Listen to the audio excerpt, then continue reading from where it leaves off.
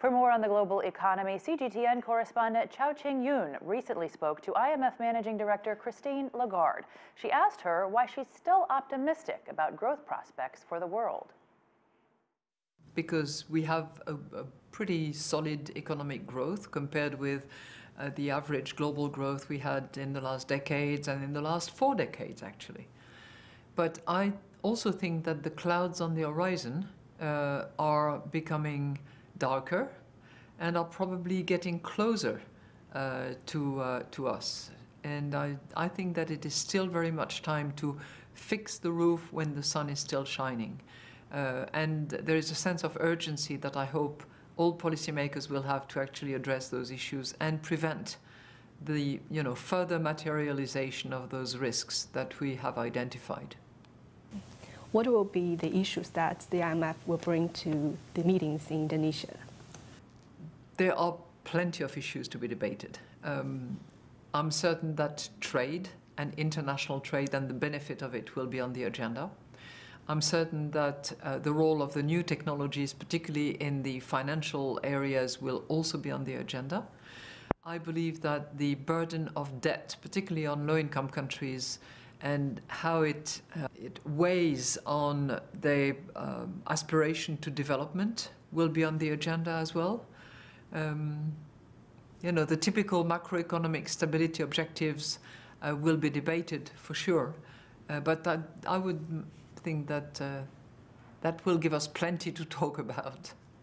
We've seen now the biggest economy in the world has started to become more protectionist, and other countries have no choice but to react, which seems to have created a vicious cycle.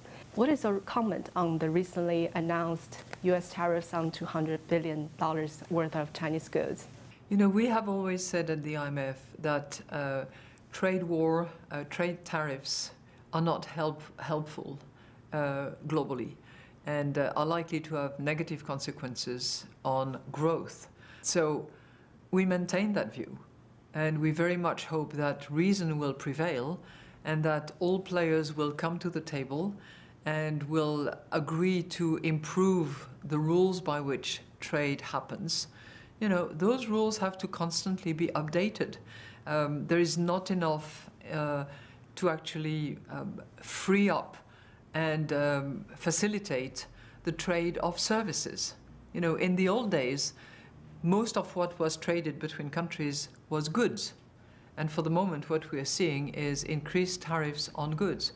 But the key trade of the future will be services. And as we move into a more digital world, where the future of work will also be different, and manufacturing processes will evolve, we need to constantly update those rules.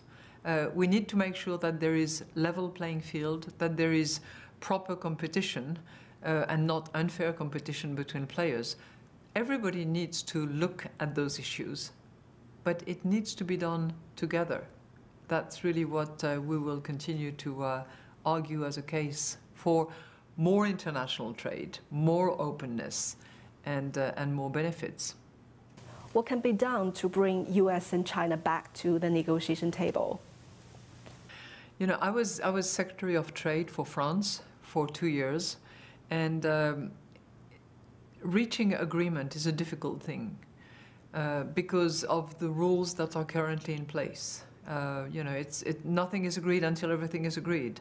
Every country has a voice, and any country can stop a process. Those are things that need to be probably looked at to explore how more efficient this rules-based system can operate.